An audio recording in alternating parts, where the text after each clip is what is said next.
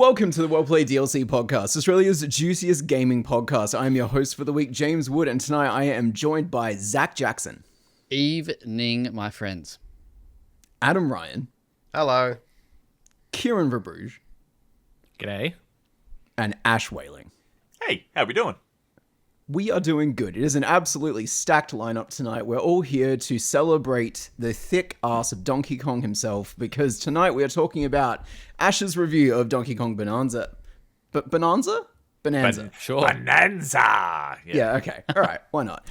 Zach has also been checking... Exactly. And Zach has also been checking out The Drifter, which is a little Australian point-and-click adventure game we're quite excited to get into, and possibly more. There's been a lot of news. There's a lot going on in the video game industry this week, so much to discuss. But before we kick off, Zach, how you doing? I'm glad that you asked, James, because I want to tell you a little secret. Oh, yeah. So, you know, anyone who's listened over the years, I'm a very passionate Carlton supporter, you know, big football fan. However, this year they are sucking so much ass and I fucking hate them. So the last 3 weeks I've been like, you know what? Not going to watch. I've got the choice. I'm making this choice mine and I've refused to watch it. For the first time in like 10 plus years. No, they're still getting fucking slapped. But I am like, for my own mental well-being, I'm like, you know what? I'm not going to put myself through this fucking disappointment, this fucking bullshit. I'm not going to watch it. I actually chose to work instead of watching Carlton play. Oh my god. Jesus. That's like only one step above going to bed. So, yeah, this week will be 3 weeks in a row that I've decided to not watch the game. I'm going to go out and do something else and I don't want to put myself through that fucking bullshit. Anyway, other than that, yeah, I'm all right. Do you know what I love about that whole situation? Is that I have 3 mates who I know are all staunch Carlton supporters. I'm in group chats with all of them, and it's almost like clockwork. At the same time, across all of those group chats, they'll just say, "Fuck sake, Carlton." I'm like, oh, they're playing, are they? Well, you could set your watch off it. Some would argue that they haven't been playing because they're fucking... Anyway, we won't go there, but... You know what I've been playing is video games. So let's get back to the topic at hand. No, Kieron, what have you been playing this week that is not for content? About the only thing I've been playing is Death Stranding 2 at the moment. Still working my way persevering, through still that. keeping on. Yeah. How Should is we that have going? connected? I'm starting to think we shouldn't have connected. Truly. Yeah, I think I'm on episode 10 roughly. I don't know how many episodes there are in total, but I put in maybe like 40 hours. I've been doing like a lot of sub orders and building roads and monorails, and I'm having fun just kind of like tying everything off as I go. But loving it, I think. Yeah. You think? Why did nobody tell me that there was monorails in the game? There's monorails. Oh, Dude, it's a big deal too. Man, monorails put Shelbyville on the map. Hey. And Not Australia bad. now. Do like a classic Simpsons reference. It's been a while. Very good. Very good. Adam, what have you been playing? I finished Breath of the Wild 8 years later, and turns out that game's pretty good. Turns out, I do have some significant gripes with it, but overall I had an amazing old time. So much so that 2 days later I bought Tears of the Kingdom. So clearly it's done something right, you know? Okay. What is your history with Zelda? I was a massive Zelda fan up until Skyward Sword, and then I effectively haven't played anything between then and now, I think. Twilight Princess, I still, even post Breath of the Wild, I think is still my favorite. It might just be a nostalgia thing. But yeah, that's vaguely where I'm at. I played pretty much everything Zelda related I could get my hands on right up until Skyward Sword, but that just didn't vibe with me, and then I just, for some reason, never went back. Okay. So I guess in the spirit of reheating 8-year-old discourse, how do you feel about the shift to open world, to open everything? Do you miss the structured Zelda vibe? It makes me want to play Twilight Princess again, and I'm right back on the please re-release it. Because I do miss the dungeons of it all. I think the divine beasts are good. Largely, I think they're a bit finicky. Some of I really loved two of them. One of them I was like, yeah, it's not bad, and then the last one I was just not a fan of at all. But they're effectively like the only dungeons in the game, which I think is a bummer. But in the same breath, I think what I loved about Breath of the Wild is that I could pick it up, play it for 10 minutes, put it down, and feel like I've done something significant by like just doing a shrine or like just any of the thousands of little activities that there are across the game. So yeah, I don't know. I've got complex thoughts on it, but overall I loved it. I had a great old time. Very good. Do you feel the Switch 2 upgrade is the key to unlocking that? Absolutely. I played like 10 minutes of a mate's when it first, like when the Switch originally came out, and fuck, like it was choppy and awful. And I can't imagine how Tears of the Kingdom ran on that old Arse hardware after like 7 years. So yeah, Run's very a strong much word.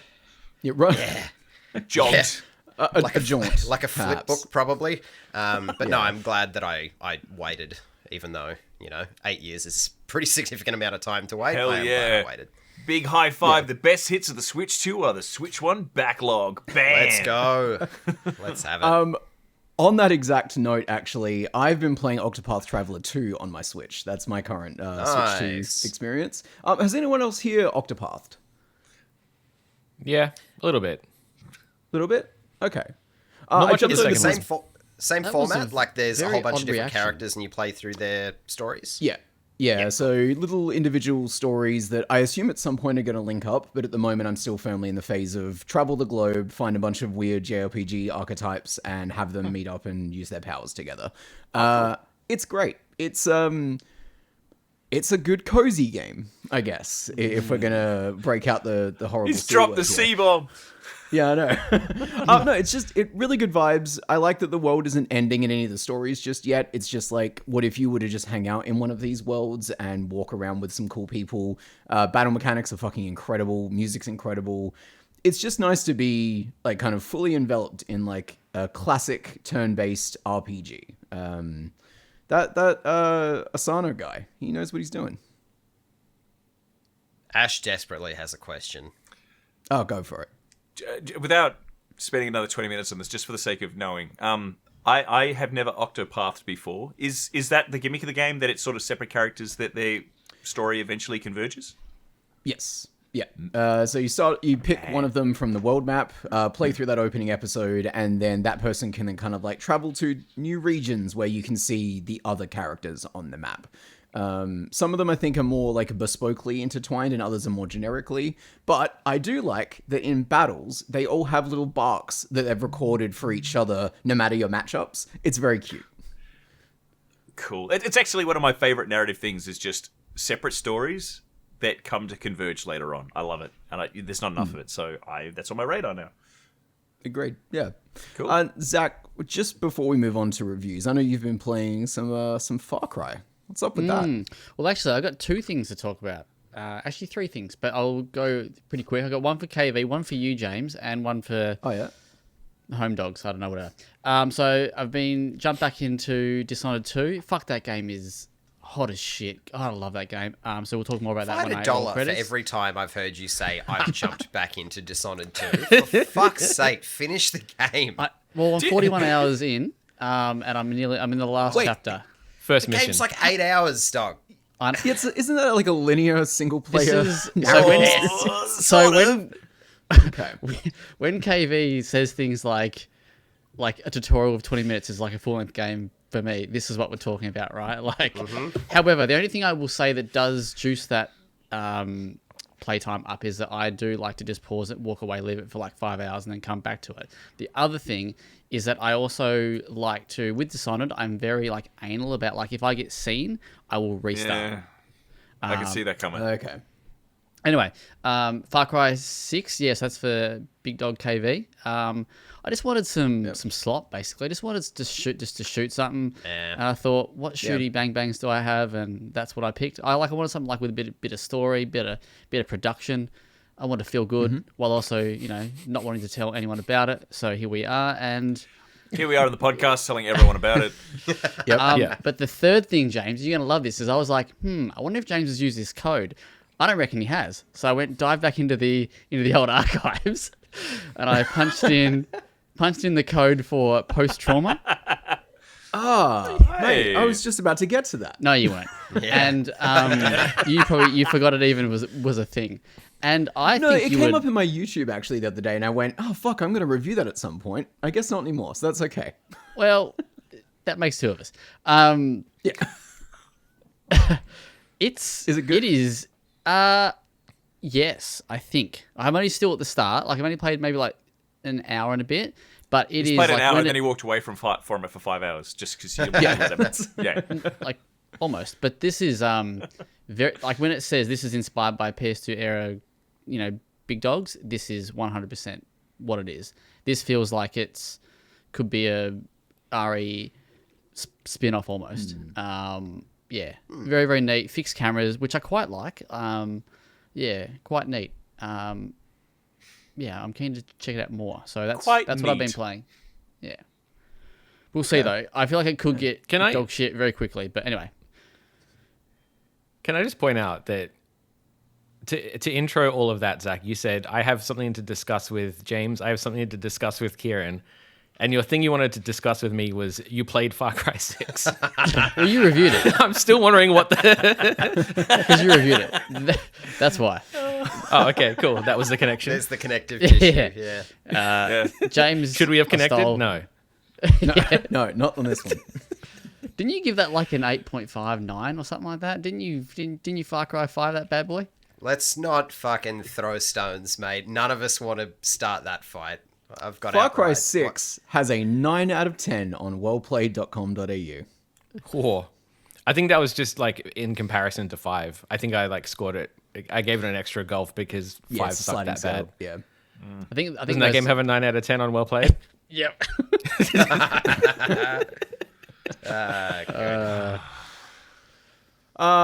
Tell you what. James, how about I you think though? someone What have else you is been coming playing out. though?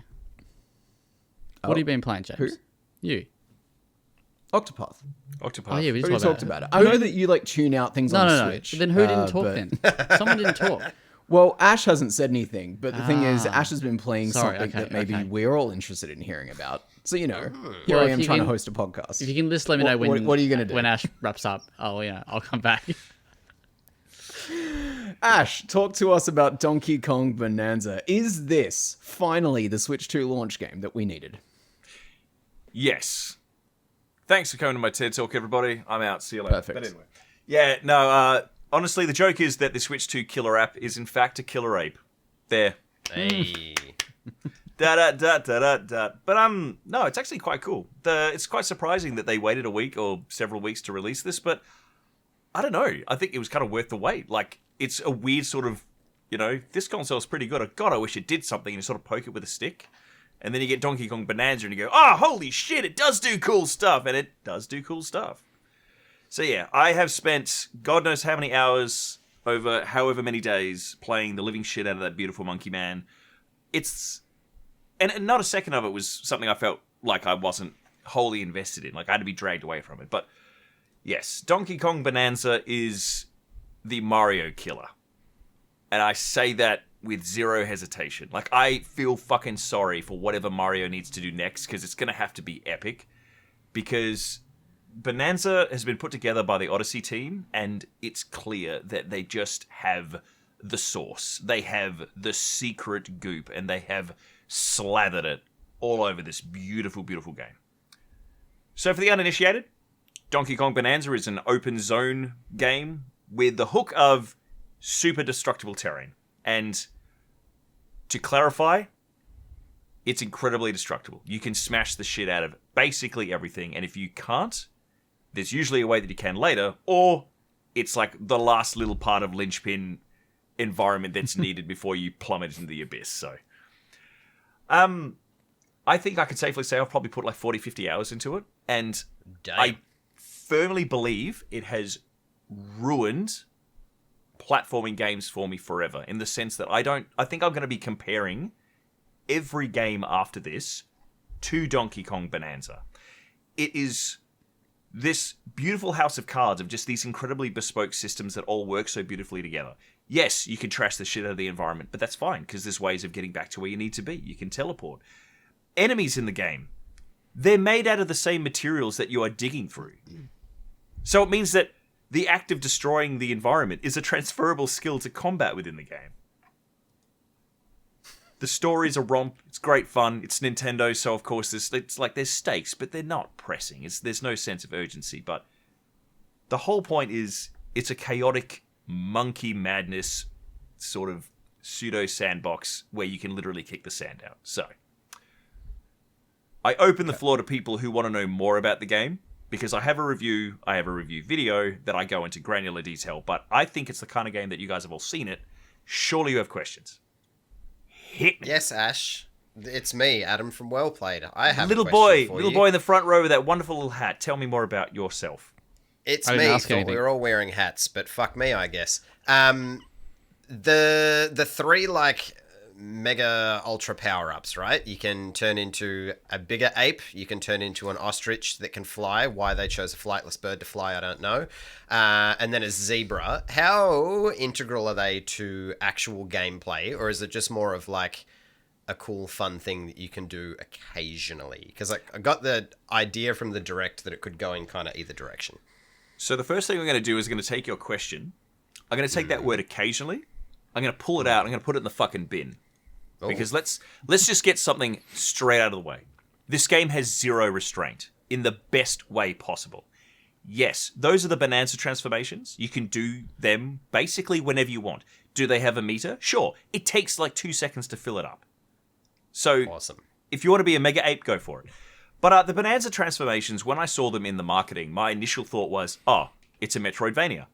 While I'm playing the game, I'm going to see all these things that are signposted as you need this to get here. Or nah.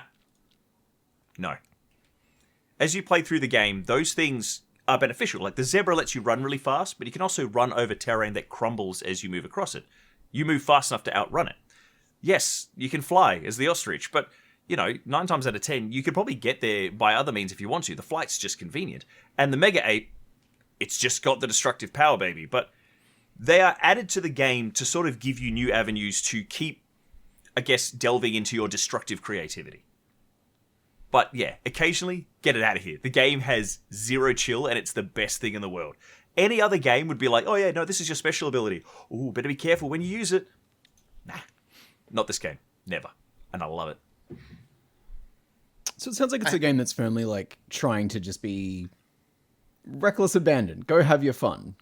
Sort of. How does that balance with? I think what made Odyssey so much fun was kind of like its more tightly considered platforming elements. Mm-hmm. So how do you mesh that concept with the idea that everything can just be ripped apart and at any given moment you're allowed to? So when I say everything, I mean like probably 98% of the game can be destroyed. The stuff that you can't, like I said, there's some conditional materials. And I don't want to get super into the weeds about that, but there's like things that you can break it sometimes based off what you're doing. So like a great example is just simply like, hey, I see a direct path to smash through there. I could do this thing that lets me smash through it. Or there is an option to do some platforming to get there. And Donkey Kong and Pauline control beautifully. Like, it's not a case of I don't want to do platforming because it's finicky and shit. It's just your choice. And that's what the game is constantly throwing at you. Like, you see a banana there. Do you want to just smash your way through it knowing that you probably need to do one or two things to keep smashing? Or do you want to jump? We don't mind. Go nuts. Like, there was a puzzle at one point in the game that was like, hey, do you want to do like this really balancing course thing where if you fall, you land in lava? I gave it one try. Got about halfway, went, that's not bad. And then sort of went, could I just climb up and fly to it with ostrich form? And I did. And it was fine. Like, I didn't feel bad that I didn't do the balancing course. I got halfway there. It felt good. It was okay. But then I went, I don't really want to do that again, so I'm not going to. I still got my banana. Nice. On the topic of, I think that's what you were alluding to. In the direct, they showed like the challenge levels for my Breath of the Wild now coded brain is like a shrine, right? They're like little kind of condensed areas. I want to know if they're in abundance or if there's only a couple of them. And B, it looked like they kind of challenged you to use the different systems in maybe ways that you don't in just kind of the rest of the open world. So is that the case? So Sure. yeah, that's my two-pronged question. Beautiful question. So the challenge doors, sort of, they're sprinkled out throughout the level. Probably the thing that I should point out is that there's tons of stuff to discover in the game. But like, there's also sort of hubs that serve as like little towns that you go to. You rock up to a town, you'll always sort of see two challenge doors just there. Like, there's one in the town, there's one right next to the town. If you dig down, maybe there's one under the town. Who knows? But then out in the wild, they'll just be around the place as well. And they're broken into different categories. Like, there's doors that you walk through, and it's like a regular, like, you know, level you do stuff. And then there's sort of like these panels that you smash through the ground to go down, and they're combat encounters. It's like you're fighting stuff here. Like you said, very sort of Breath of the Wild code in the sense that you sort of step foot into one of them, and it's sort of very well signposted, hey, in this one, we want you to try and avoid thorns. Or, you know, in this one, you're going to pick up a rock and surf on it so you don't fall into lava. That kind of stuff. And to that end, it also means that some of these doors, like the way they do it is you open a door by punching it, right? Mm-hmm. Sometimes the door has a picture of the particular Bananza that they want you to use. And the only way to open that door is to turn in that form, punch it, and walk through. And so you're in there, you're like, okay, it's zebra time, baby, and you go nuts. It's great. And there's lots of them. One thing that I really enjoy about the game is that every layer, which is what they call the levels, has this massive checklist of what's there. It doesn't tell you what it is, but it'll say, there's 30 things here. Off you go. Find them. And they're not small numbers. They are, like, if the game wasn't so exceptionally fun to play, it would be intimidating. But for me, having reviewed it and seeing that I've only done, like, you know, 60% of the content, I'm hungry to jump back into it. It's great. Is it hard? Oh, I'm sorry, Kieron. No, tell us if it's hard, Ash. Difficulty is a spectrum. Yeah, but like, you know what I'm asking you. I know. The game became hard for me, but that was because a big sort of a big tenet of this game is that it's the first time we've seen a Donkey Kong game with a skill tree, right? Mm-hmm. And bananas equal skill points equal that. And I sort of thought that, like, this game isn't hard. I'm not going to upgrade my health. Bugger that. I'm not going to upgrade the ability to revive myself. I'm not going to upgrade the length of my bonanzas. I'm just going to get fun shit. I'm going to get the ability to punch through harder stuff. I'm going to get the extra double jump. And then I started hitting parts of the game where I was like, actually, this is getting hard. So the game's difficulty is based off how you wish to play and how you wish to level yourself, keeping in mind that it also gives you the free ability to just respec whenever you want. So for me, I hit a point where I had all of these toys in my belt, and like, I could do some fun, cool shit. But like, in boss fights, even like with me trying my hardest, I was like, I'm kind of getting down to the wire here. So like, I needed to pivot. So it's definitely a focused younger audience game, but that does not mean that it's a cakewalk. There's challenge within it that you can easily impose on yourself, or you can just overcome it entirely. By the end of the game, I was just getting as many health containers as I could, to use Zelda terminology. But like, you know, I went from like 4 hearts throughout most of the game to like 9 hearts and then 6 bonus hearts. Because Jesus, hell yeah! I actually was going to ask a little bit about the skill tree, so you've kind of covered that. But I will pivot off what you were just saying.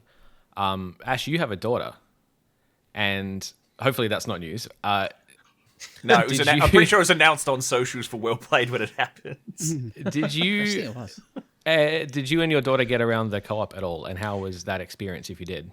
We did. So I actually used my daughter as a guinea pig for 2 things within the game. One was the 2-player experience, which, welcome back Mario Galaxy, having your friend with the shooter.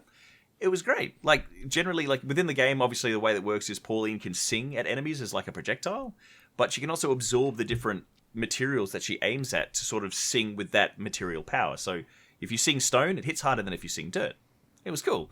Like, I started the game again and played through like the first 3 or 4 levels with her to see if it made a big difference. And I mean, it did. Like, it's like having a second person with a light gun helping you. It was really cool. The other thing that I put her through the paces is I sat her down with the game's assist mode, which you guys might have seen in marketing. They sort of said, like, there is a special difficulty. It's not called easy mode or anything like that. It's just made for people who might not be as skilled as 39-year-old weirdos playing Switch 2 kiddie games. And I sat her down with it, and she got through like the first few levels, just slowly doing things. It sort of crimps the amount of damage that the player takes, health regenerates on its own, and I'm pretty sure that it ratchets down enemy AI so that they make mistakes. Like an enemy with like a big swinging attack will probably not orientate itself properly when it does its first swing and miss you. Which for kids, that's awesome, because like some of those guys are scary. Nice. My second question: how many dicks did you sculpt? Playing with my children, it makes it hard to be like, I need you to leave the room for a second. But my biggest regret is that I really wanted to have like a well-played symbol in for the thing, but God, I'm shit at it. Like I can paint one, but actually making it three-dimensional. Yeah, for people listening to this right now, if you pick up Donkey Kong Bananza, don't end up like me and wondering how the fuck do you access the sculpting mode. It's on the main screen. Just press the plus button. I was looking for a menu option. Yeah.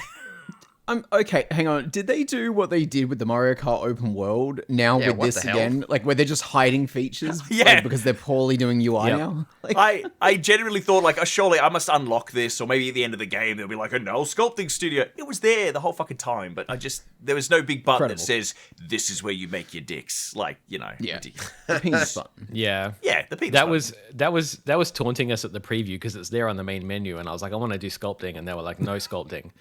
Because they knew what people were going to do. Kieron, please stop making dicks in the Sydney office. It's the age-old time to penis. It's everywhere. You know this. So, Ash, can we expect a thumbnail from you at some point recreating the Soul Calibur one that you did way back when?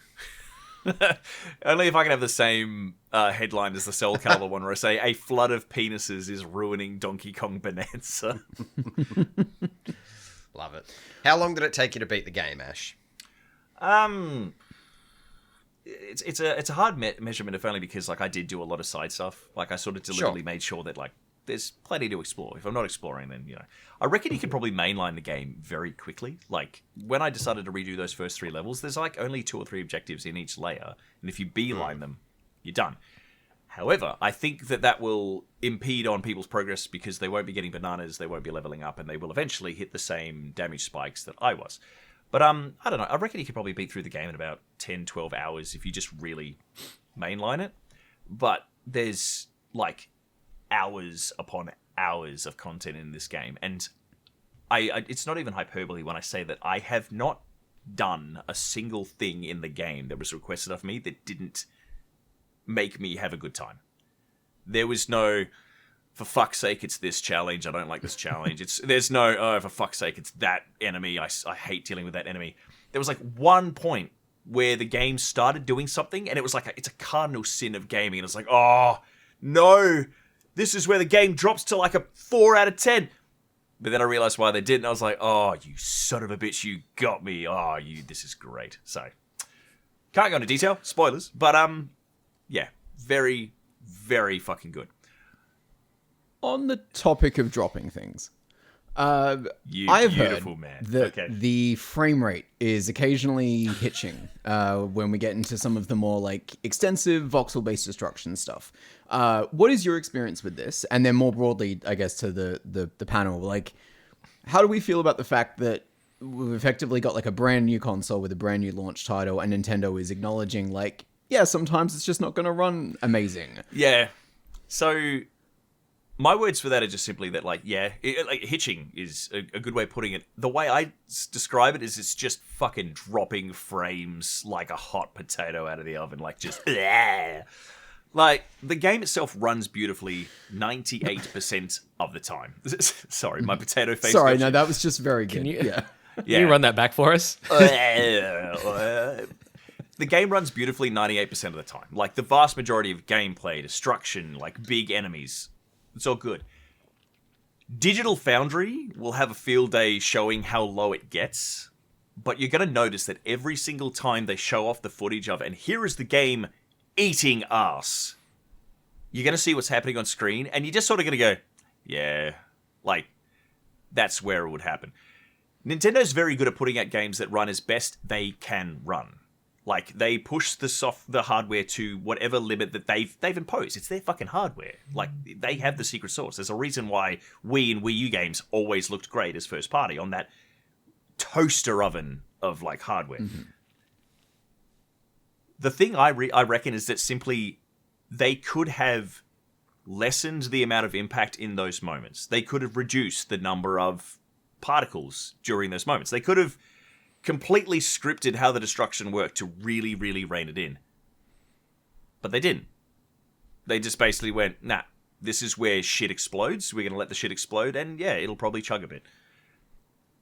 It happens briefly, it's noticeable, but then you're straight back to having a good time. So, like, if it's an affront to your eyes, there's not much you can do about it. But, like, in the grander scale of things, like I said, Digital Foundry will be like, look at this absolute horseshit. But I reckon most people go, wow, that does actually look really cool, though. Like, that looks like a fun time that's happening. So, like, yeah. I don't know. Would they put it more in the oven? Like, it started as a Switch 1 title, and they managed to get it here. So, I don't know what technology they are forced to deal with coming from the Switch 1, but... Well, I mean, 8 years of development. You'd hope they figured out how to get it working. True. Like, that's not a short turnaround. But the way I see it is if anyone was going to get it running perfectly, it would be the first-party Nintendo team on the Nintendo hardware, and they didn't. So there must have been a conscious decision somewhere to, if it eats shit, it eats shit. But again, to reiterate, 98% of the game, pretty flawless. Very good. Like, I went and bought a capture card to record this game because the Switch 2 doing 30 frames per second was not going to work for me making a video. Yeah. Is that thing still... Sorry, is that only still capturing at 30? It's 1080p now, but it's only 30 frames. It's rough. Yeah. Yeah, look, I don't want to harp on it. Like, I guess it's kind of what we talked about last week, right? Where we're now pushing Nintendo consoles and games now to the point where they are charging premium prices for these things. Yep. And if we are a month in already making concessions for like, oh, but it's that Nintendo magic. Like, it doesn't matter that it hitches here because it's so magical. I agree that it's probably magical, but are we already making concessions for a product that we've been told is a premium purchase? My counterpoint to that isn't really a strong counterpoint. It's more like a pivot. I walk away from Donkey Kong Bonanza saying, if they're going to make me pay $120 for a fucking game, it better be this in its entirety. It better be as much content, as much fun, as much systems, as much shit going on. If it's not this, then I don't want to pay $120. I don't want that game. Like, obviously, I didn't pay $120 for this. Journalistic privilege, everybody. But this is a game that I went, like, if I paid $120 for this and I played through it and I reached this point, I wouldn't feel bad about it. I'd feel bad about having to spend that much money, but I'd feel like I at least got my money out of it. Yeah. I'd rather spend $90, but, like, you know, if you did, at least you wouldn't feel completely fucking ripped off. Well, I know that 90 is a number. 9 is also a number. What about some other numbers? What score are we slapping on this one? Jesus. Look, as far as great segues go, that was definitely one of them. Yeah, Donkey Kong Bonanza, from me to everybody out there, it's a 9.5. And I generally think that there's going to be a lot less discourse about this game compared to something like Mario Kart World, where there's a lot of real proper opinions about, like, is it sparse, is it different? This just feels like a proper smash forward in the direction of, like, sort of what can we expect from a new generation of incredible open world platformers, unique bespoke systems, first party Switch titles. Like, all of those discussions start with this game because it's pushing a bar up, a real proper new generation of bullshit bar, and I love it. Wow. Excellent. Scores in line with the Adam, frame rate. Kieron, I assume you're both picking this up. Yep. Absolutely. It's preloaded. It'll let me play in an hour because I'm playing on New Zealand time. So I'm ready live to from go. New Zealand, Cheeky right here, right bastard. now. Very good. Donkey Kong Bonanza. Jesus. Sorry to our New Oh, Zealand listeners. I was closer to South African, I think. Yeah, I was going to say that was definitely... Oh my God, Zach's here. Holy Zach is shit. here. Zach is here. Before we move off the topic, I just want one thing to say to wrap it up. Quick, I'm drifting. I feel for every child that is going to have this game as their cornerstone gaming memory, because holy shit, they are eating good. If this is their Mario 64, holy shit. Their expectations are going to be so high. The gaming studios of tomorrow are going to have such angry people going, but why isn't it as good as Donkey Kong Bonanza? Back in my day. Kids. Back in my day. My kids won't. I can tell you that much. Not playing. No, well, your kids might be playing some point-and-click adventures. They'll They play definitely Troll and anything I, that and you they will consider to like be- it. Well, yeah. So that should be their first experience, just so they can get the good stuff later. Yes. Good. I don't want to build them up. play Homefront again, Father. Do it as a family. Is dead. Yes, Zach's Zach, talk to Victorian us. children. Sorry. The Drifter. The Drifter. Wowee. Okay. Well. So, hands up here who played the Drifter when it was shown off at PAX, or you've gone home and you've fiddled with the demo. Absolutely. I saw it Yeah. at PAX. I didn't play it. Yeah, right. Wait, did no one else actually I play looked this at at it. PAX? I Adam looked at it I and thought it watched- looked supremely cool. with me. I was there. I watched Zach play it. Yeah. Okay. But I have not played it myself. Yeah. Right. I thought. Okay. I thought we were gonna get more hands than that. Okay. Well, that. Sorry, Good mate. start. Good start to this chat. No, so James, actually, I want to get a quick. What were your first thoughts on that demo? Do you even recall? It was drifting. Excellent. No, it had like the menu that you're going to go on to talk about. I like the art direction, good tone. That's it. Anyway, so what I would say about that is, I thought this was a phenomenal demo. I thought this was a really good little 20-minute slice. This is, I think, how you should demo a game. This got and people that I spoke to and things that I've read online. You even look at like the Steam game forums. They run hot on this demo, right? They talked about this as a little 20-minute slice, if that, even maybe 40 for me, but where you can get you just get a taste of everything and it hooks you in with the story. So the stuff I'm about to kind of talk about, this is in this 20-minute demo. This is right at the start of the game. So these are story beats and information that is out there on the web. It's been out there for a while, so don't stress. This stuff is not going to be spoilers.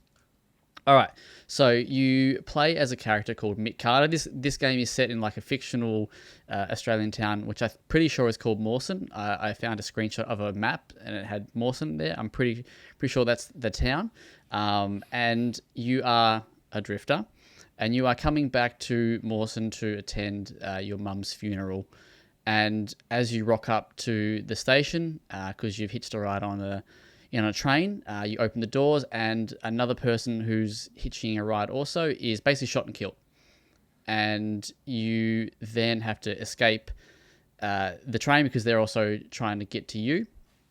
And then 15 or 20 minutes later, you find yourself dying, drowning in this reservoir, and you actually die.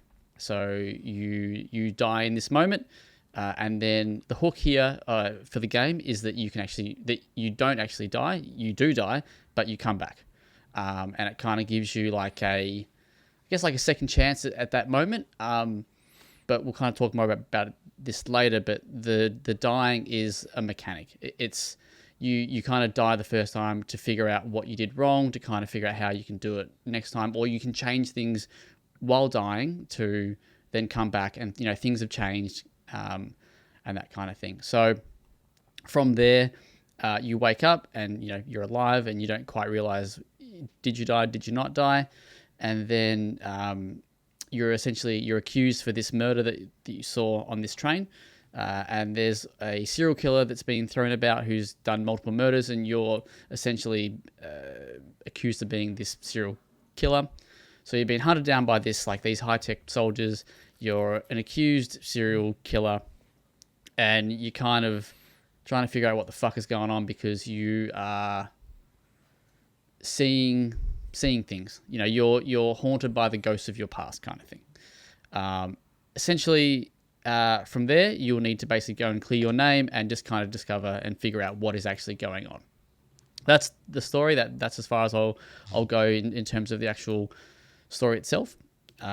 It takes place over 9 chapters, so each chapter is in like locations, but the chapters are sort of self-contained parts, if that makes sense. And what I mean by that is that from a gameplay sense, they are self-contained. So items that you generally find in one chapter, you use in that chapter. So you don't kind of carry things over, and you don't hold like a fucking sock in chapter 1 to then have to beat off into it in chapter 8 to figure out like, you know, what to do there. I knew that you'd love that, James. I did that just for you.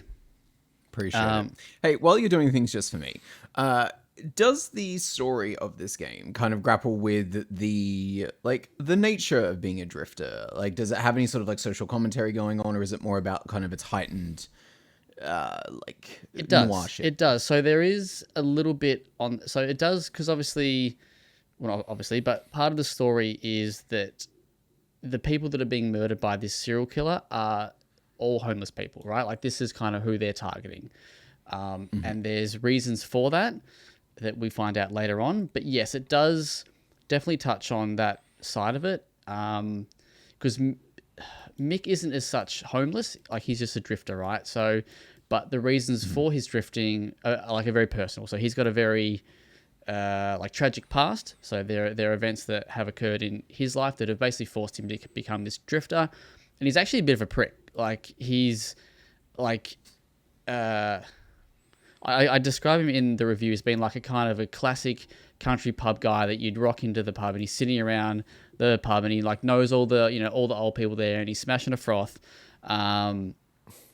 He's hard on the outside, but he's actually there is a bit of a sensitive and a soft side to him on the inside, and it kind of comes out now and again. And as the story continues, and as you progress, and he kind of becomes more frustrated, a bit more desperate, and his not I guess so much like self-loathing, like his dejection with himself about his what he's done in the past and how he's responded to that, it all kind of comes out, and it makes him seem like not like that bad of a bloke, but he's still like a bit of an arsehole, right? Because he's done things in his past that are not great. Yeah, but it does definitely touch on some aspects of that, for sure. It does. It's pretty, I think, in my opinion, it's pretty minor.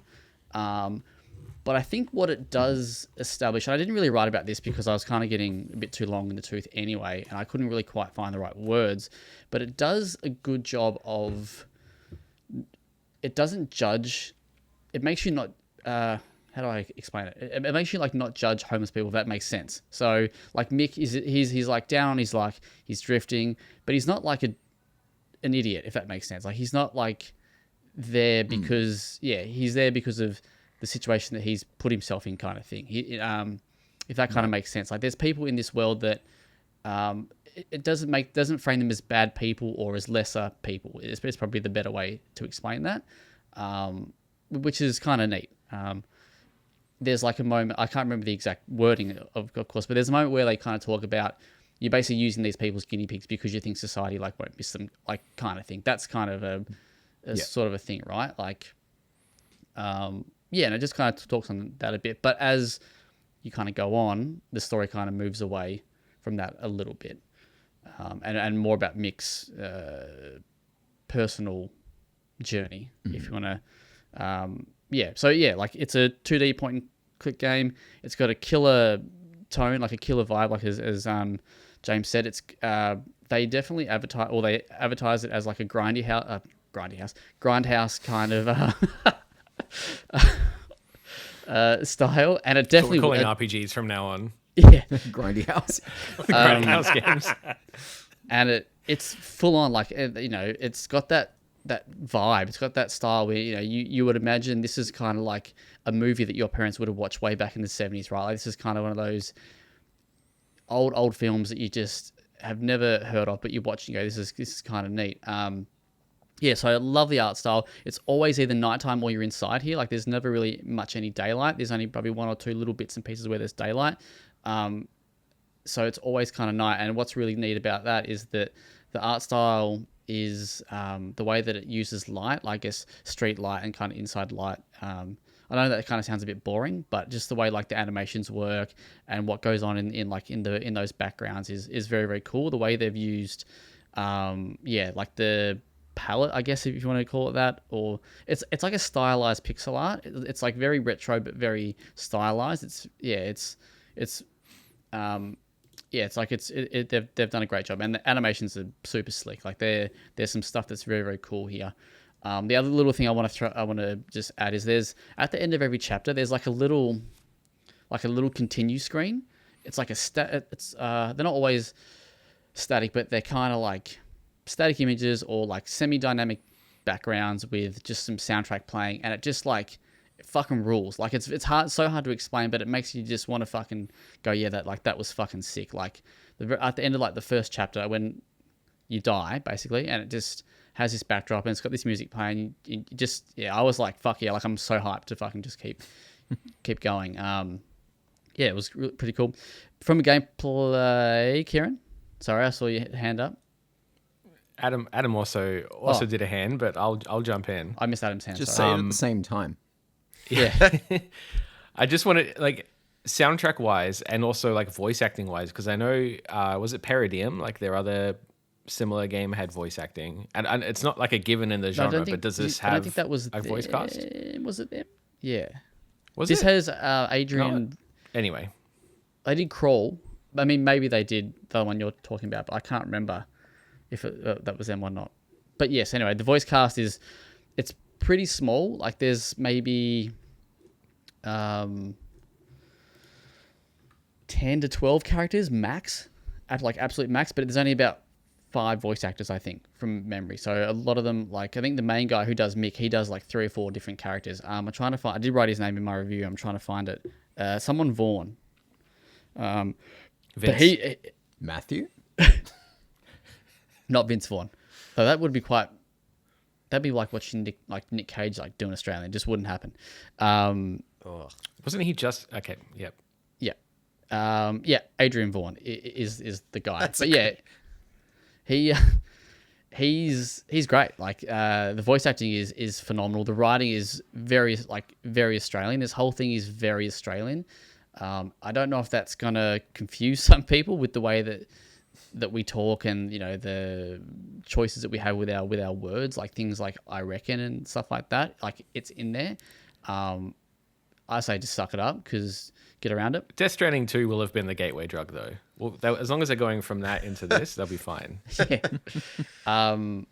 But yeah, I really quite like the writing. I thought so. Mick, he narrates his story as well. So he'll be like, you'll have a conversation with someone, blah, blah, blah. And then you'll go and click on an item and he'll narrate like his own kind of thoughts about it, or he'll narrate his thoughts about the conversation he's just had. And that's kind of where you get some of that, you kind of feel like the desperation in his voice, or like, the dejection with himself kind of stuff. Gameplay wise, pretty traditional point and click. Really like that all the staples are here. It's got, you've got story driven, it's got puzzles, and it's got item interaction. That's basically it. Yeah. But what's really cool about this one, and I think it and I've said I think it's an evolution of the genre. It modernizes the whole thing. And James, I don't know if you can remember playing it, but it's a bit the wheel. It's sleeker. The whole thing just feels sleeker and just simpler to play. So the best example is the item selection wheel. So rather than having to pixel hunt around, and there's no like a lot of games that you play in this genre that you push like a button, like the space bar, for example, or whatever, and it highlights all the items in an area that you can actually interact with. This doesn't have that because it doesn't need it, because it uses what we have is like a selection wheel. So you go in an area and you basically use the left stick on the controller, because this is actually, I think this is designed for use with a controller. You can play with a keyboard and mouse, sure, but I think the best experience really is with a controller. And you'll move the left thumbstick, I think, or the right. No, I think it's the left one. No, the right one. Anyway, and it'll give you like whatever items are within this little area. It'll highlight on this little wheel, and you just cycle between the items that are in that area.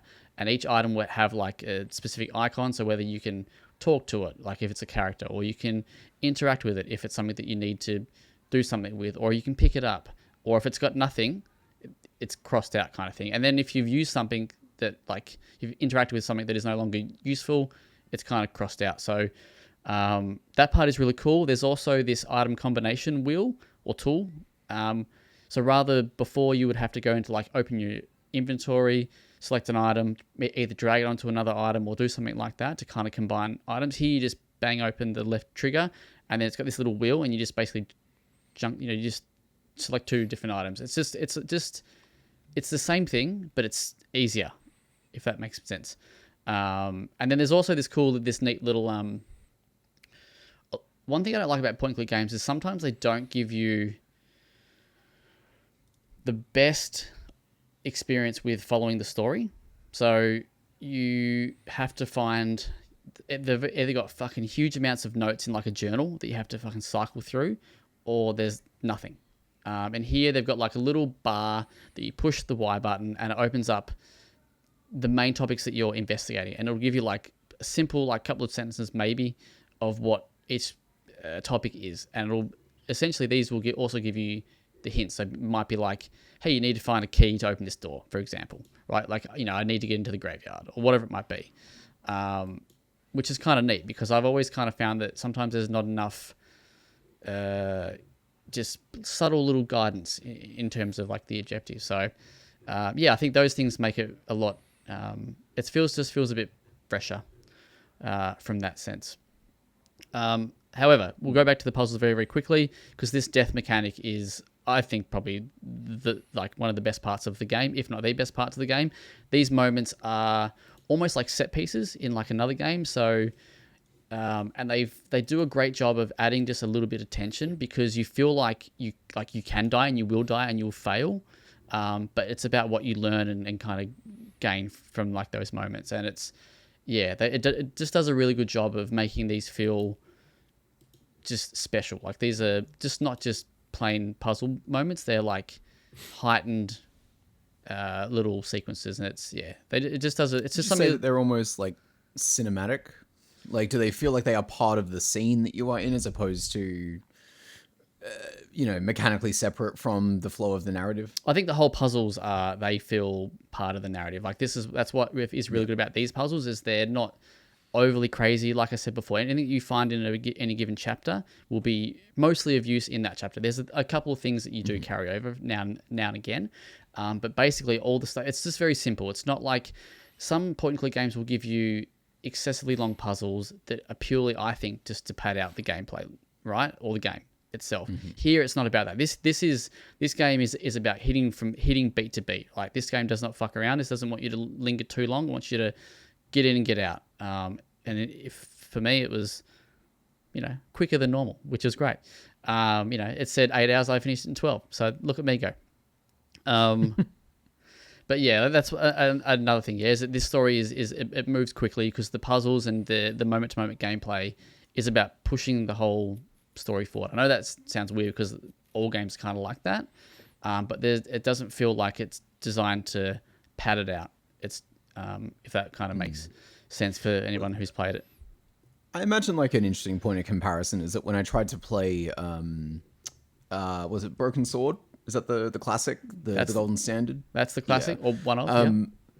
One of, yeah. But like, I often felt in that game, I would just be, there was no sense of momentum to any of the scenes that I was in, really. I didn't feel as if the game was giving me the tools to snappily move along in any of those moments. So I guess it's cool to see the genre start to progress a little bit. Yeah, that one is funny because that one just has a really good story. But yeah, like I think like the snappiness of the puzzles and stuff, it was like really cool here. The only little minor gripe that I did have is because this game is played in chapters, right? And it's kind of set a small handful of, like a child's handful of locations.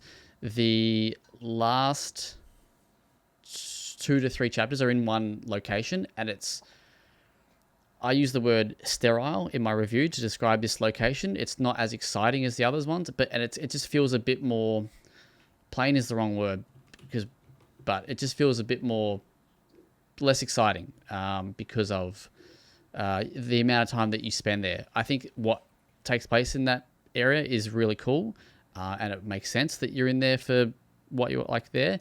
It just didn't the location wise, it just kind of felt just lingered on a little bit too long for me. Okay.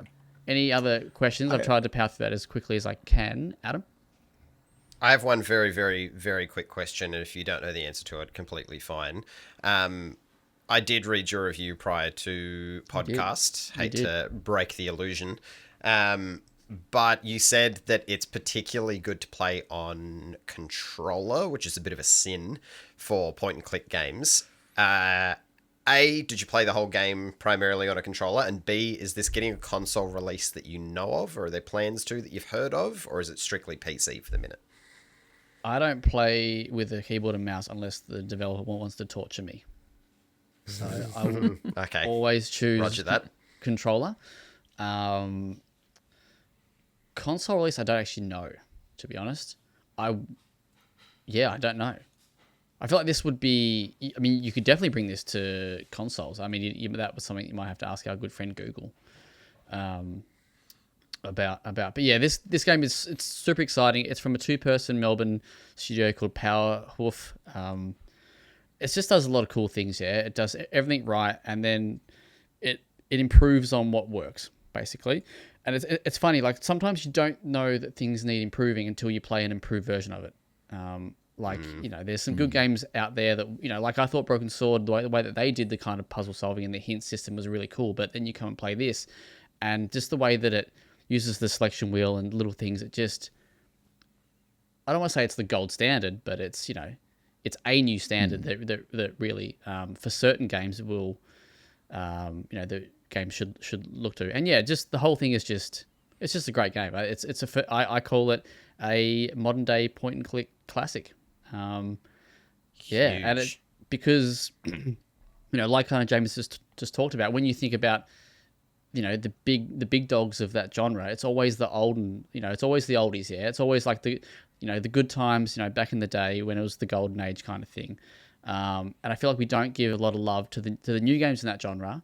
This game, the case of the Golden Idol, for example, we don't give them as many flowers as we have done to these older games, and I hope that this is a game that can change that, and I really hope it does well because it's fucking awesome, and I gave it a big fucking 9.5. Huge.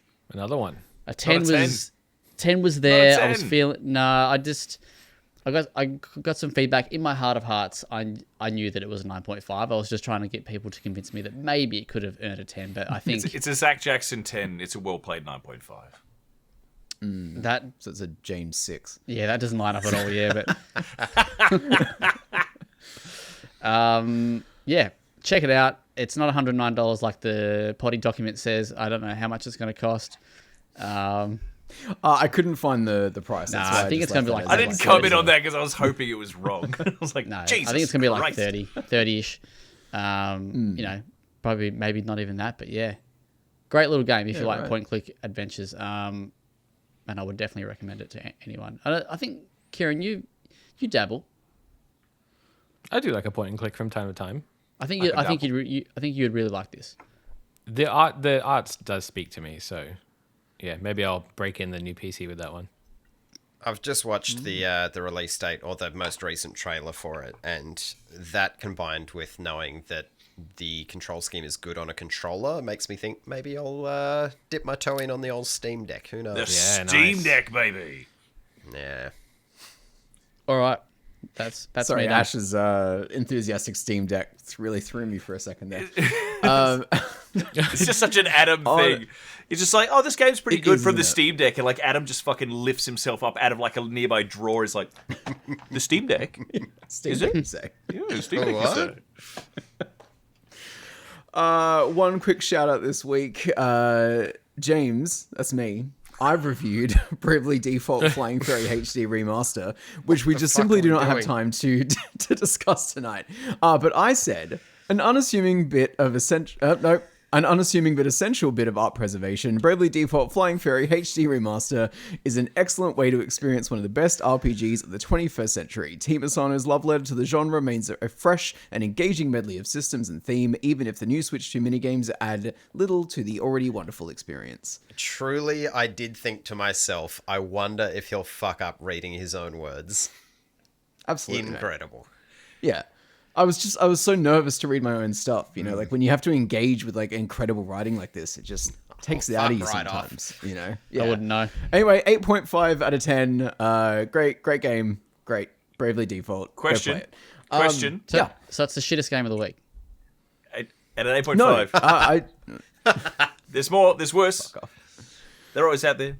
Tony Hawk 3 and 4 came out this week, There are. remember? Not 9.5. If I have Bravely Default and I've played it on 3DS for about 4 hours, yeah. is it worth me playing it on the Switch instead, or should I just finish my 3DS playthrough?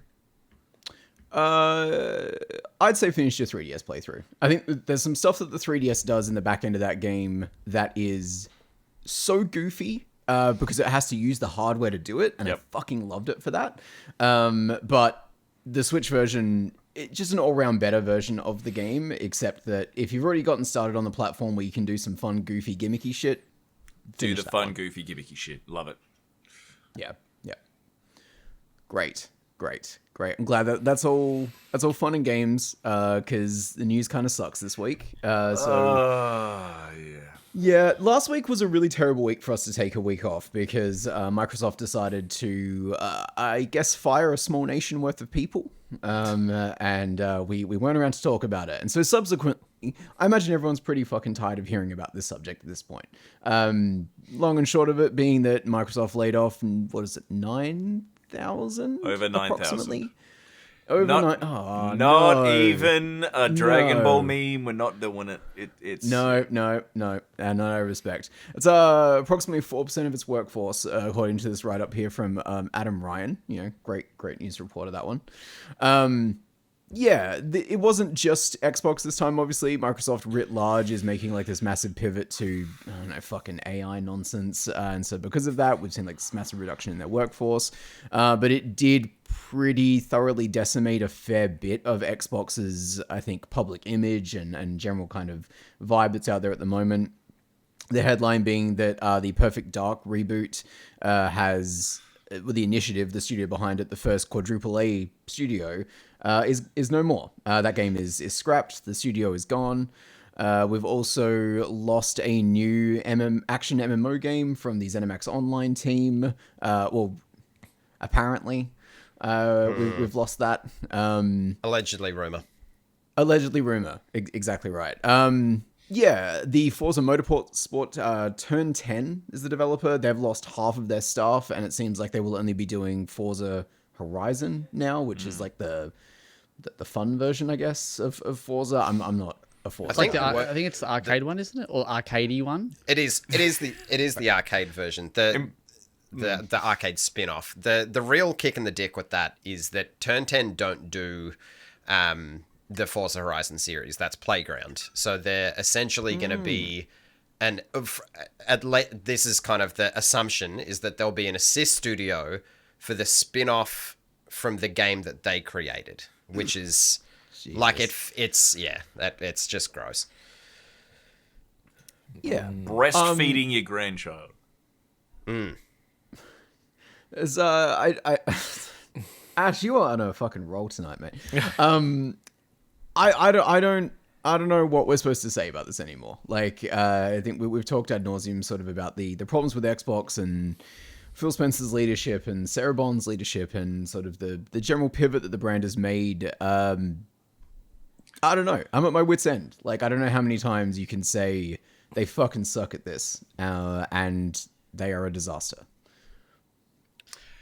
Yeah, I think the reality of it all, it's just big business unmasked. Like, we've seen over decades that, like, you know, gaming as an industry has exploded into like literally a market that is bigger than Hollywood. Like, it's the biggest, most profitable entertainment medium that exists.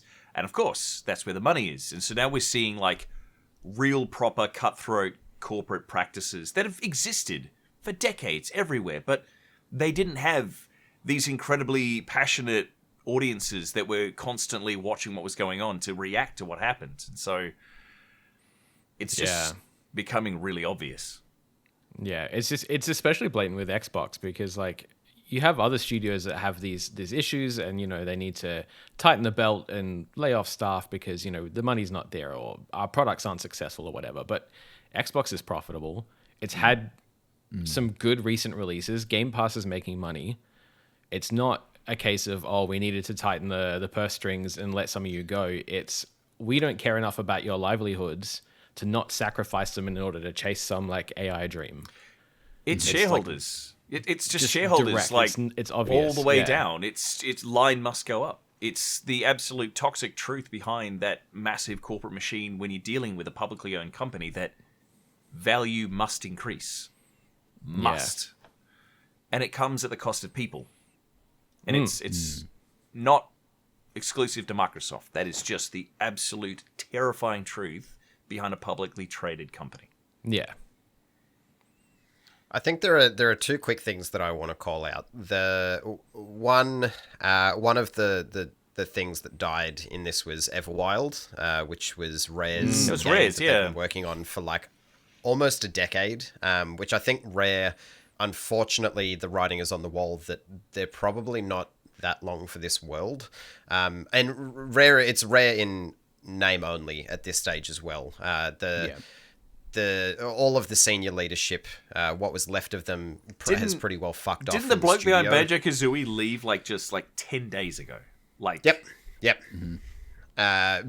Largely because Everwild got binned, and they were like, well, fuck it. We still, to be fair, have no idea what Everwild was, and I think this is the first part that I wanted to quickly touch on, which is Xbox has no idea how to fucking manage any of their studios. I think if maybe they had put a focus on either let's see what this is or let's move on from it fucking years ago, then they wouldn't have to get to this stage where they're laying off people, closing studios, binning games. Like if they just put a little bit more focus on is this an avenue we want to go down? Let's see what the progress is. Let's, hit those internal gates to see if this is something that is going to be a product in the end. Then you're not just funding these pipe dreams that are going to go nowhere, right? So, it really is such a big part of it now is that like there's so many games that are like dying before they come out. Like games have been cancelled. Years games have been cancelled, but like nowadays it feels like so many games get cancelled and you know so much about them when it reaches that point. When in the past it was like company cancels game and you're like, I don't even know what that is. I didn't even know it a thing. But those things didn't have 10 years behind them. They didn't have showcase trailers at the Game Awards. They didn't have pre-order bonuses being fucking discussed. Like there's fully fleshed products that are this close to existing and they evaporate. It's shocking. If we're going to continue down the path of games taking a decade to develop, then you can't string this shit along for 8 years before you decide to cancel it. It's just reckless. And then people are left with these giant fuck off holes in their resume where it's just unaccounted for years. And it's just, it's just gross. And the other thing that I wanted to quickly touch on, speaking of gross, is Phil Spencer's comment, Phil being a person that I've grown to resent terribly. There's this big internal memo that he sent out to all the staff that I suppose is meant to be, I don't know, uplifting to those who are losing their job. At the end of the day, it may as well have been directly to shareholders. That's all who it was for. That really is, at the end of the day, it. I won't read the entire thing because it's a fucking mess, but there is a snip that is essentially just after, hey, you've lost your job. That is, I recognize that these changes come at a time when we have more players, games, and gaming hours than before. Our platform, hardware, and game roadmap has never looked stronger. That is something that I went back to the last E3, which was 2019, and that was the year that they did the whole, we've got Ninja Theory, we're bringing on, this little developer and that little developer. That's when they announced the initiative. That is almost an exact line from an E3 presentation. it is not what you say to a cohort of people that have just lost their livelihood. And it's... I understand you need to put out a statement, and you're never going to please anyone with a statement. 100% understand that. I work in a big corporation where I see this kind of bullshit happen all the time. This is insulting, though. To put that specific little paragraph in there is an insult to the people that have lost their jobs. It's almost like at least have the decency to lie. At least frame it as we're in hard times or fucking something. But just throw a bone. Yeah, truly. I think the interesting thing about Phil's statement is that he clearly references the business, or I can't remember the wording exactly, but he's like to what the business wants or something like that. Because he, from what I've heard, has openly spoke about Everwild and the ZeniMax game, I think maybe as well, or something like that, about these games being good, or he's liking what he's seeing, kind of thing. So I think Phil just got tap on the shoulder, being like, "Sorry, mate, but you've got to cut this many people, and you got to cut money because we need we need the value." So, and it kind of goes back. God to forbid he push back. Well, yeah. Oh, well. You know what happens when you push back? You don't make $14 million a year pushing back. No. But I think it goes back to what Adam was talking about when we had that chat the other week, and it's just they just don't care about the games. Like, how can you let a game... Yeah. I think it also highlights Xbox's, in particular, their mismanagement of their projects. The fact that Everwild's been in development for 8 years and we still don't fucking really know what it is. Perfect Dark has been in that studio, hasn't even fucking done anything. And they had to bring on Crystal Dynamics, but yet it was touted as this huge fucking shit hot studio they didn't do anything, and they were making a perfect Dark reboot. Quadruple A. Yes. You also have to imagine that scope creep is such a huge problem in their studios because they're not boxing up product games and selling them anymore. It's all on Game Pass, and you can't just make a tight 10 to 12 hour experience put on a shelf anymore. It has to have the longest possible reach, no matter what it is. Which I think is our fault. Problem for them, not our fault as critics. At WellPlayed, but the players want more because if you're going to be paying $120 or whatever it is these days, you want that value. So heaven forbid you go and play the order. Anyway, yeah, it means different things. I kind of think it's a self-fulfilling prophecy, right? Where it's I think players have become more entitled broadly over the past 20 years, right? Sort of as the industry has expanded and evolved and whatnot. There is a sort of toxic entitlement element from players to be is it 150 hours? Is it bigger than the last map? Does it have a skill tree now? Fucking whatever. Is it open world? Exactly. While on top of that happening, we're also matched with those things are frustrating to expect as expectations. But at the same time, like you said, we are now paying $120 for these video games. And so there's a degree of consumer right to be you're asking for an exorbitant amount of money. I would expect a degree of density in return, I guess. But on top of that, we're only expecting that density because we've been trained by these companies that are pursuing bigger and bigger scope and marketing bigger and bigger scope every single time. And so it's just it's a snake eating its own tail of a problem around video games. And I think that that distinction we've never truly been able to get away from between art and product is just going to fucking demolish us. Yep.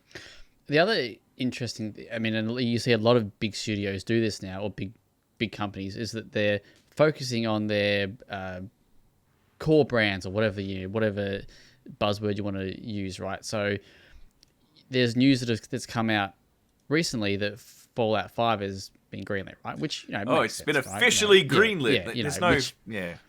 That surprises no one. I'm sure we're all well, we're shocked. But if that's come at the expense of this ZeniMax title, which is a new IP, and it's going to be harder to win player base kind of thing versus an established IP. My understanding is that Jason Schreier kind of shot down that report? Because that came from, was it Jez Croydon? Don't know. I want to say. I just saw. it was Jez. I just saw the headlines. Yeah. No, I think that Fallout 5 has been greenlit, but the idea that like that studio had been specifically moved off of their new IP onto Fallout 5 is the part where it's like, I'm not sure if that's the case, but it's more just like, why it's a broader problem. Yeah, like, why are we doing? We're not going to perceive, even though we've got really good feedback on this, we're just going to cancel that, but we're just going to go and announce a Fallout 5. Same with like positive optics. Horizon sells more, so we're going to make that. We're not going to make motorsport now. But if they move that to, well, I don't know if are we talking? I haven't actually seen the news run sheet, but are we talking about the Horizon sales? Forza? I don't know what you're talking about. I'm sorry. Well, I think didn't they announce that Fallout? Forza Horizon came to PS5 and sold like 2 million copies. Oh yeah, that's been So but I think if you bring motorsport to PS5, which has got a strong player base for that kind of simulation or whatever you want to call it, that experience, I think that might sell well. Anyway, what I'm just kind of saying is they're obviously focusing on Horizon because it sells more, right? Or it's going to make them more money. Yeah. Also, just looks better in a Game Pass ad. Yeah. Yeah. Yep. Xbox. Yeah, what a company. What a time to be alive.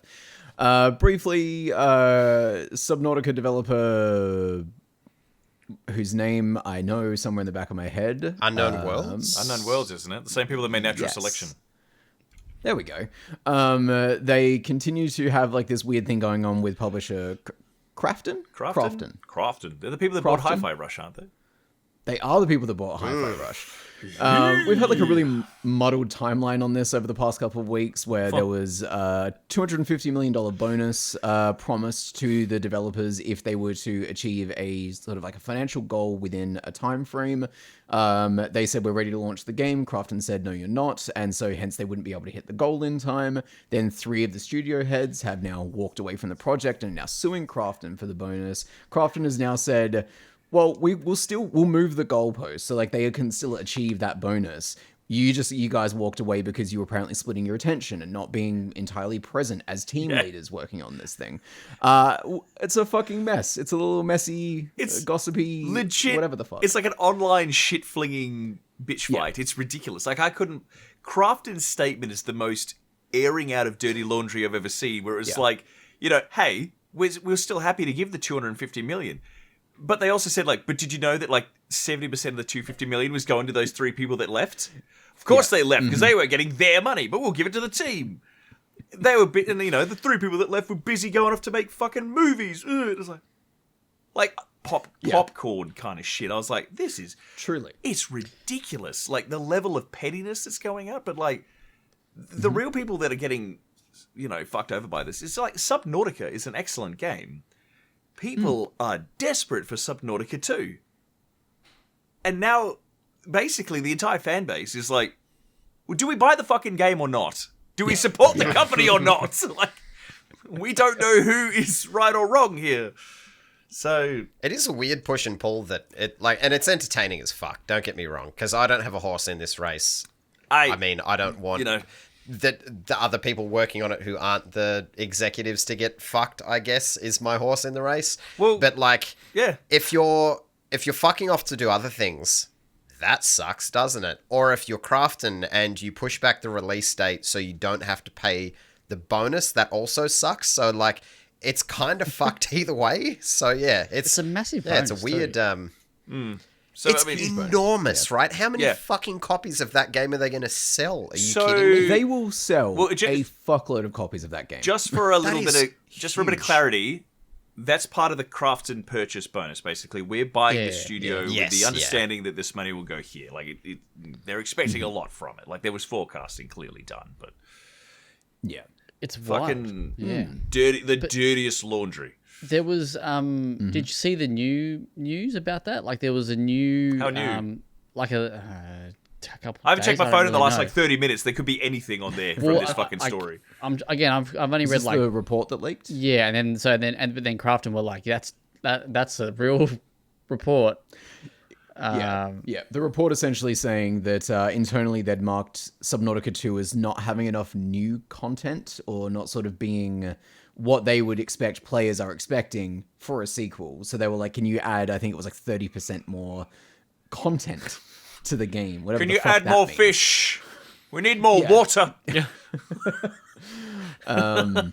Yeah, which I think the only way that they could come out and be like, yeah, we told them to add 30% more content, but under the guise of like, we'll still try to get you your bonus. Like, that's the only way you can, I think, soften coming out and being like, yeah, technically we are being a publisher about this.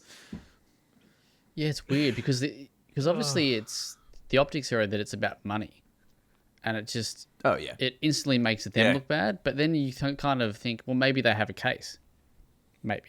Yeah, I don't know. Well, I mean, if you haven't read Crafton's statement, it's worth reading just for how casual it is. Just basically saying that, like, you know, these three leaders were basically absent. Like, they just were fucking checked out. One of them was working on his film shit, working on a spiritual successor to Will Ferrell's Elf, and using Midjourney to create fucking posters. I'm not even kidding.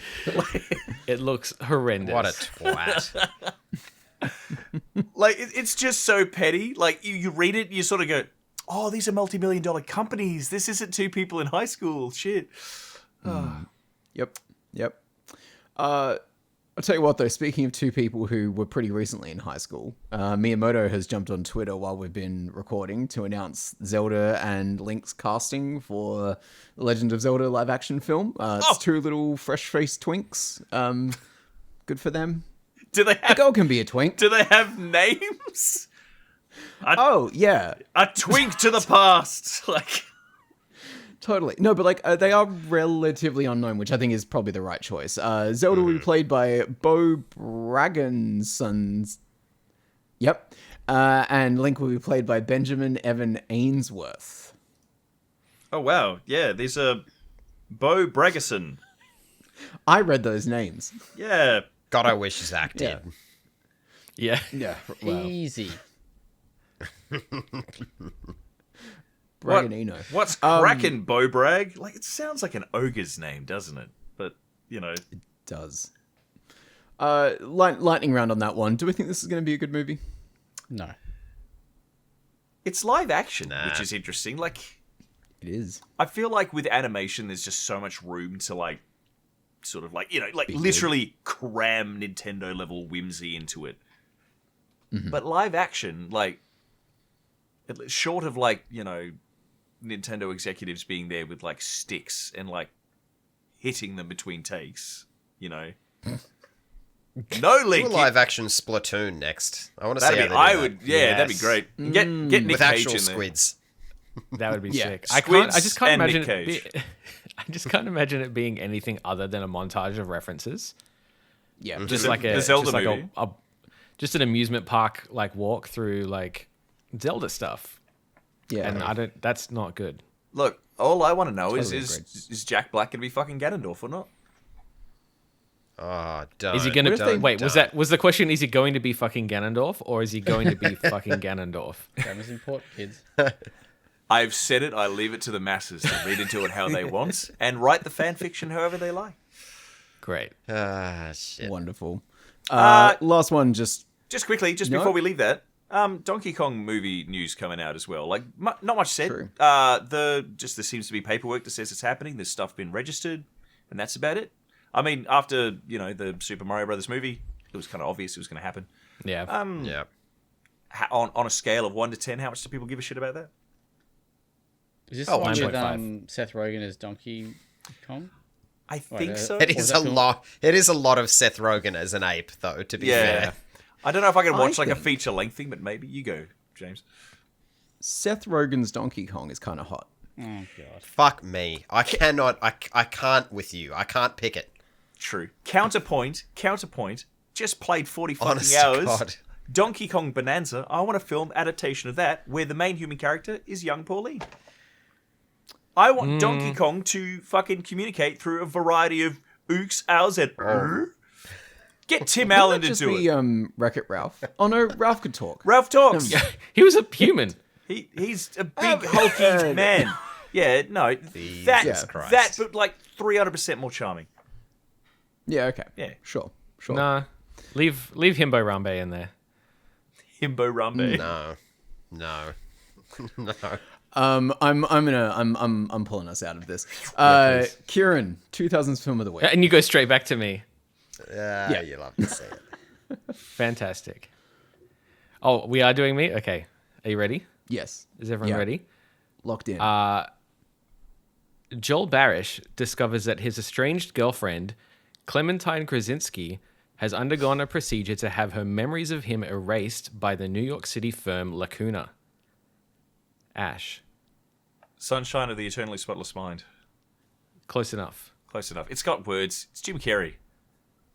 Yes. Sunshine of the Spotless Mind? Eternal sunshine of the Eternal spotless is in mind. there somewhere. Fuck, what did I say? This fucking word. The Sunshine of the Eternally Spotless Mind. Yeah. Yeah, that one.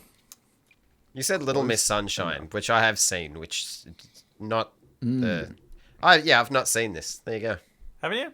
It's You've not seen it? Yeah, it's one of Jim Carrey's more serious roles. Oh, somber Carrie. Yeah. Good film. Well, you know. Jim Carrey. Yes, and yeah.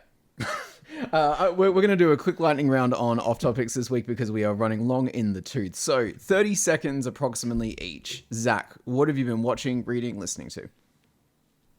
Fuck. Not a good start. I have almost finished season Clock's 2 of ticking, mate. Shrinking. It is really, really good. You should definitely watch it. Started Department Q on Netflix. Also really, really fucking good. Also watched The Sinners. Did we talk about it last time? I can't remember. But if we did, really, Fucking really, great movie. really good. Can't remember if there's anything else, but let's just leave it at that. Hell yeah. Adam. Only thing that matters, I went to see Superman and had a fantastic fucking time. It's the most comic book movie I have ever watched, and I've told Ash to watch it, but he simply refuses. So This is out of spite at this point. You were in the same city as me at the time that I wanted to see it, and then he went, "Not tonight, honey. I've got a bit of a headache." And then you fucked off back to your frozen corner of this goddamn island, and then, I think I might go see it now. And it's like, yeah, okay, man. I do want to see it it. was wonderful. I do want to see it. It's so Pretty rough. I saw two movies. I saw Superman and 28 Years Later. I think 28 Years Later is a fucking incredible film. Danny Boyle back at the helm. Real freak ass shit going on in that movie. Really, really fun time. Yes. And I thought Superman was trash. So that's You fucking would. my God, week you at the suck. movies. I love you too. Kieran, James is a fantastic fool guy, Adam. Yeah. that movie does not look like a real movie. It looks like a pizza ad. Anyway, so, I'm good. I'm fine. Great. Yeah. What have you been consuming? Give us your Probably the content. only thing I can talk about is The Pit. I don't know if anyone's watched it. Which one's that? The hospital drama? Yeah, it's a hospital drama, but it's essentially set over the course of a single day, and each hour-long episode is essentially an hour of that day. So it's kind of all just plays out in like one swing in almost real time. But it's very good, very well. Sounds cool. Very well shot, very well written. All the actors are really, really good. The medical stuff is like gnarly. So if you like a little bit of body horror in a way, I guess. Like a bit of nah. Yes. Yeah. Yeah. Worth a watch. Dig it. Excellent. Ash. I've been digging through my Nintendo DS games after finding out that a copy of Pokemon Soul Silver with the Pokewalker is apparently $300 to $400. Insane, Yeah, isn't brother. it? Yeah, so I've retrieved mine. I've actually replaced the battery, and now I don't want to sell it. I want to use it because it's a pedometer, and I can walk around and do shit. So Pokewalker was a wonderful thing. it's a great thing. I just had no idea that it was worth that much in the aftermarket. It kind of shocked me. It's wild, isn't it? Apparently, the box itself, My- my box is immaculate, and someone who wants to buy it off me Yeah, for it is. $150.